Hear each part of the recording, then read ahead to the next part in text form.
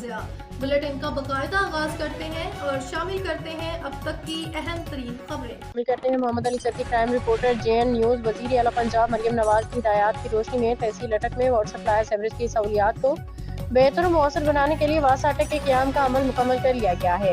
اس سلسلے میں deputy commissioner office اٹک میں ایک باضابطہ تقریب منعقد ہوئی، جس میں ڈپٹی کمشنر اٹک عاطف رضا، ایڈمنسٹریٹر بلدیہ اٹک و ایڈیشنل ڈپٹی کمشنر جنرل اٹک انیل سعید، مینیجنگ ڈائریکٹر واسا اٹک محمد عقیل امان، ڈائریکٹر فائنانس واسا اٹک شمس الرحمان، مینیجنگ ڈائریکٹر واسا راولپنڈی محمد سلیم اشرف سمیت دیگر متعلقہ افسران نے شرکت کی۔ تقریب کے دوران میونسپل کمیٹی سے اٹک واٹر سپلائی اور سیوریج سے متعلقہ احساسات اور ذمہ داریوں کی حوالگی کے لیے معاہدوں کا تبادلہ کیا گیا۔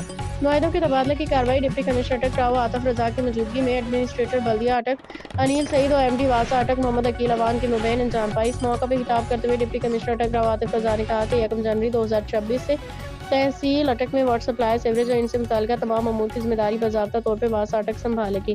ڈپٹی کمشنر اٹک نے اس امید کا اظہار کیا کہ واسا اٹک وزیر اعلیٰ پنجاب کے وژن کے مطابق عوامی ضروریات کو مدنظر رکھتے ہوئے پیشہ ورانہ انداز میں خدمات سر انجام دے گا۔ شہریوں کو صاف پانی اور بہتر سیوریج نظام کی فراہمی کو یقینی بنایا جائے گا۔ انہوں نے کہا واسا کے قیام سے نہ صرف سروس ڈیلیوری میں بہتری آئے گی بلکہ شہری مسائل کے بروقت حل میں بھی مدد ملے گی۔